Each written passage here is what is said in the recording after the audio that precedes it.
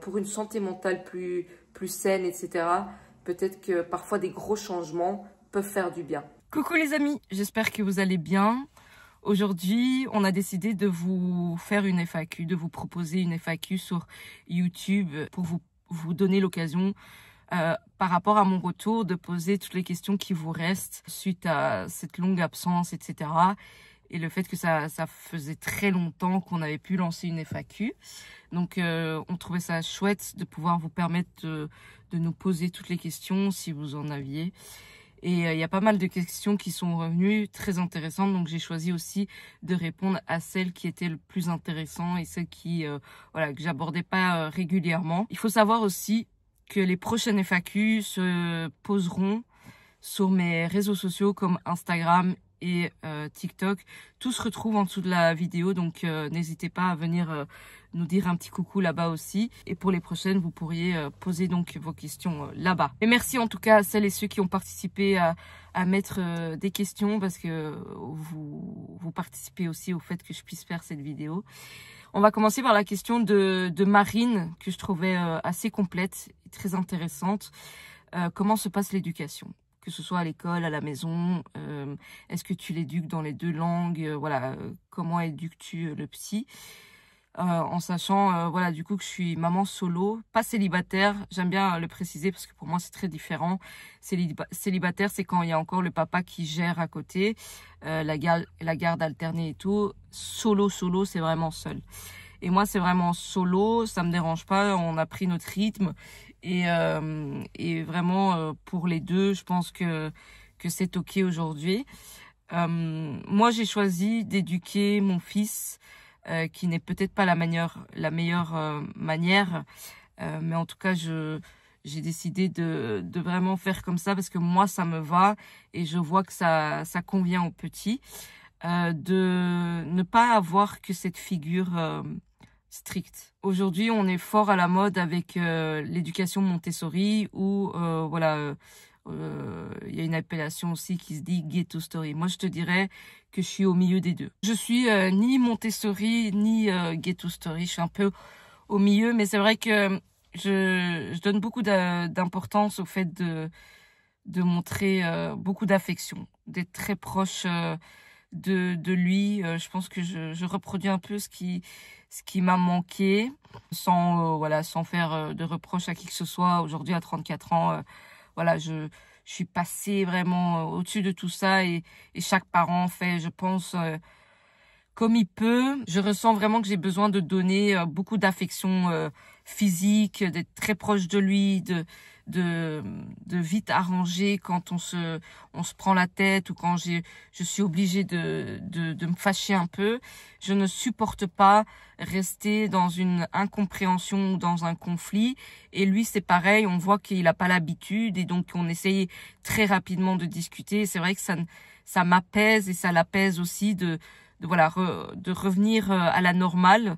On supporte pas être en froid et c'est vraiment quelque chose, je vois que ça marche parce qu'il n'y a pas vraiment de règles strictes chez moi. Il n'y a pas de règles de devoir forcément s'asseoir à table, d'avoir des conversations à table, voilà, d'avoir des règles carrées, parce que moi personnellement, je pars du principe que il sait le respect qu'il doit avoir envers moi.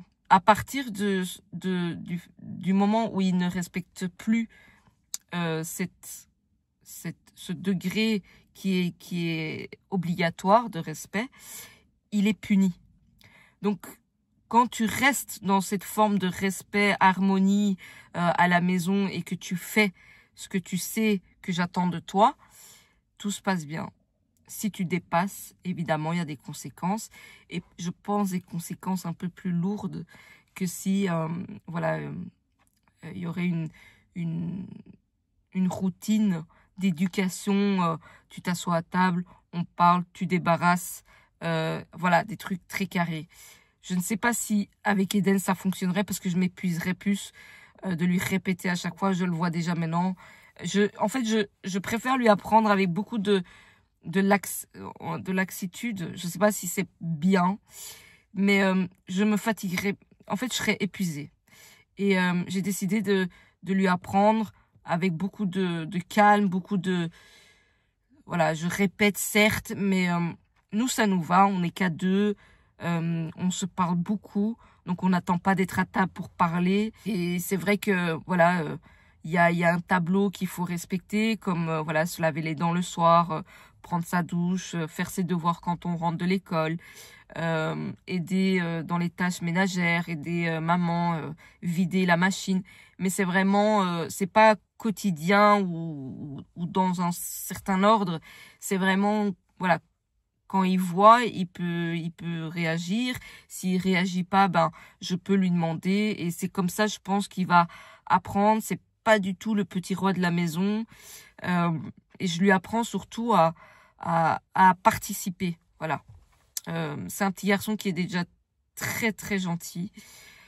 Il est pas très calme, mais voilà, il est extrêmement gentil, serviable. J'ai mon petit café tous les matins dans mon lit, le week-end, les vacances. Donc il est quand j'ai besoin, il m'aide. Il est très fier de pouvoir m'aider quand j'ai un peu plus de mal à faire une tâche. Quand je lui demande de se lever pour faire quelque chose, il a aucun mal à le faire pour le moment. Donc voilà, moi j'ai préféré cette éducation très libre, très ouverte et où il y a beaucoup de communication que ce côté strict. Et je peux comprendre que certains ne comprendront pas, mais voilà, je pense qu'avec ce côté très ouvert et plus amical, proche, etc., je pourrais le garder sous contrôle plus longtemps que tout le temps ce côté strict, etc. Par contre, il sait que quand il me respecte pas, il y a des conséquences très lourdes. Voilà. Je suis très gentille, je suis très proche, etc. Mais je demande vraiment le respect, le merci, s'il vous plaît, pardon, bonjour, au revoir. Voilà, les bases, en fait, c'est obligatoire chez moi. Et du coup, oui, pour répondre à ta question aussi, je parle le français beaucoup plus ici à la maison, mais Eden est parfaitement bilingue parce qu'il le pratique à l'école et que moi, par exemple, quand je veux paraître un peu plus sérieuse, ben, je parle le néerlandais avec lui pour qu'il comprenne que là, il faut qu'il se concentre. Voilà. Ensuite, il y a Ophélie qui demande es-tu heureuse aujourd'hui et est-ce que tu as trouvé ton équilibre avec ton fils? Alors, pour moi, cette question est assez complexe parce que est-ce que on est heureux? Alors, oui, on est heureux dans certaines conditions, certains jours, plus que d'autres. Ça change un peu quotidiennement le fait d'être heureux ou pas. Aujourd'hui, je m'estime bien dans ma peau, enfin claire dans mes esprits. Donc oui, je suis heureuse, mais il me manque toujours ce petit truc, ce petit plus. Voilà, je suis une, on appelle ça une éternelle insatisfaite. Je suis jamais convaincue de moi-même. Et je trouve que je n'atteins jamais assez mes objectifs. Voilà. Et du coup, ça me frustre toujours beaucoup. Et je pense du coup que ça fait partie voilà, des raisons pour lesquelles souvent je suis frustrée. Ça, c'est quoi? Ça, c'est du couscous. C'est des légumes pour couscous. Parce que je vais faire ce soir du riz, etc. Et je trouve que ça allait parfaitement avec ce qu'on allait manger ce soir. Es-tu heureuse? Oui, il y a des jours avec un peu plus de côté heureux que d'autres, mais ça c'est éternel, les amis. Hein. Il y aura toujours des jours un peu avec plus et des jours un peu avec moins. Mais en soi, oui, sauf qu'il faut que je développe heureuse, certes, mais pas encore complètement accomplie. Et oui, j'ai trouvé un rythme avec mon fils. Parfois, je suis dépassée. Parfois, ça coule mieux. Mais voilà, ça dépend un peu aussi de la vie. Moi, je suis franchement, je n'ai pas de routine. Je suis pas carrée. En fait, je suis désorganisée.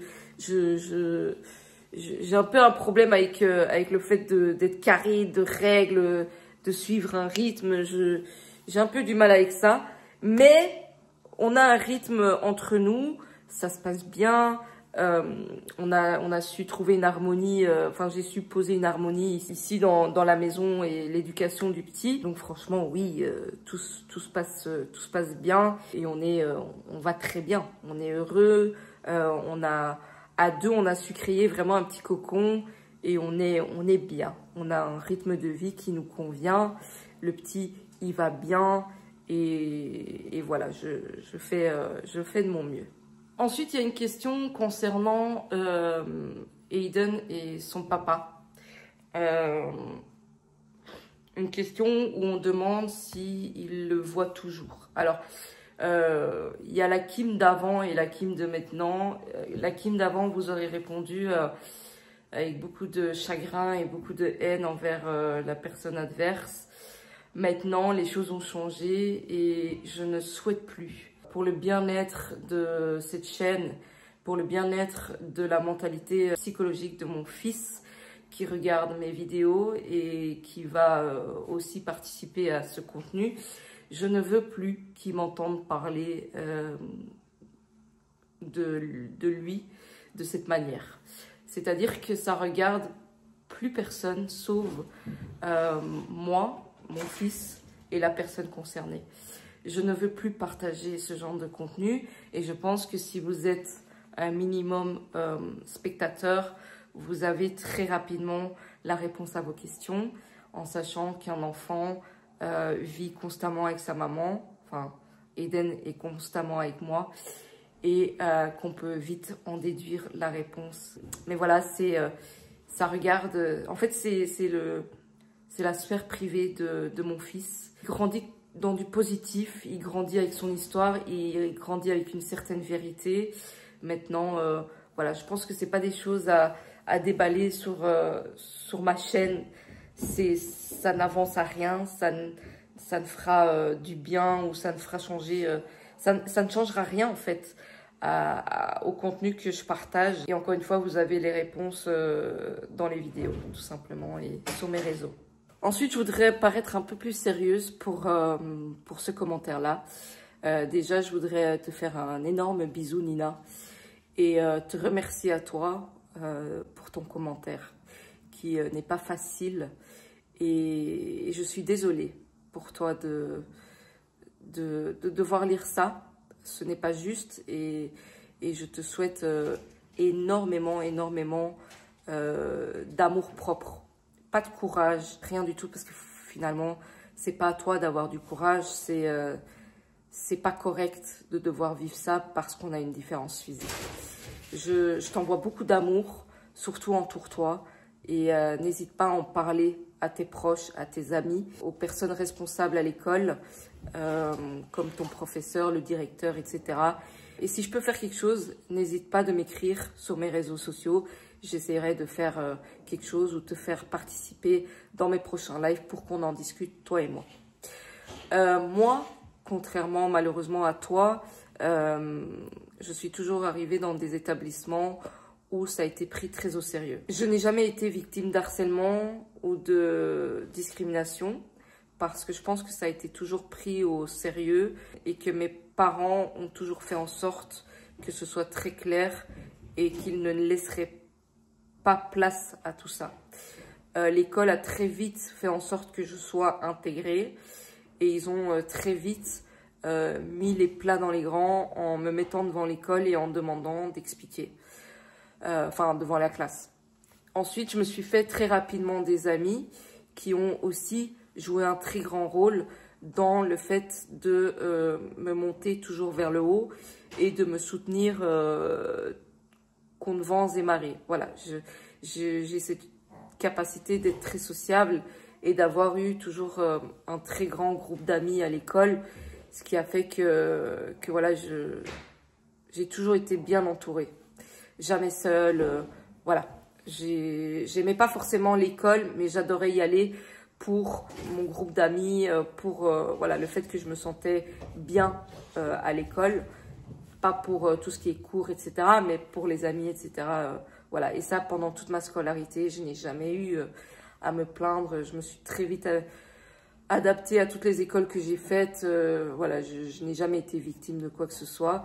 Mais à toutes ces personnes qui sont victimes d'harcèlement. C'est vrai que c'est chiant à écouter à chaque fois, mais entourez-vous. Et si on ne vous écoute pas, écrivez des lettres, écrivez des mails, essayez de sonner des alarmes. Et au pire des cas, bah, vous essayez de changer d'école. Alors je sais, c'est pas évident de soi-même changer d'école, de demander à partir, mais pour une santé mentale plus saine, etc., peut-être que parfois des gros changements peuvent faire du bien. Voilà. N'hésite pas, si tu as besoin de moi, si je peux t'aider, te faire parler dans des lives, sur des posts même, ou viens me voir en privé sur mes réseaux. N'hésite pas à m'approcher pour qu'on puisse, toi et moi, en discuter. Surtout que ça me touche particulièrement parce qu'on est atteinte de la même pathologie. Donc, j'attends ton petit message et je ferai en sorte de pouvoir, voilà, être une petite épaule si tu en as besoin. Je te fais des gros bisous. Merci de t'avoir confié à moi et d'avoir osé parler de ça. N'oublie pas qu'il faut t'entourer et d'oser dire que ça ne va pas. Et on finit avec une question très légère que je trouvais très sympa pour finir cette vidéo. 5 questions pour commencer cette FAQ qui était très sympa. Je vous inviterai à en faire une autre prochainement sur mes réseaux. Mais voilà, est-ce que ton frère va participer aux prochaines vidéos? Est-ce qu'on va pouvoir le voir dans le prochain contenu? Bien évidemment, parce que c'est mon frère qui va gérer tout ce qui est vidéo, montage, etc. Ils m'aident beaucoup sur tout le reste aussi. Et on va faire du contenu sportif ensemble. Enfin, j'attends toujours qu'ils me disent « let's go ». Il va me remettre en forme aussi dans mon alimentation parce que c'est une catastrophe. Donc oui, évidemment, on va le revoir dans les vidéos et vous aurez des nouvelles du petit frère que je regarde comme ça, évidemment. Mais voilà, en tout cas, merci pour toutes vos questions. Je vous retrouve bientôt pour une nouvelle vidéo. Prenez soin de vous et à très vite.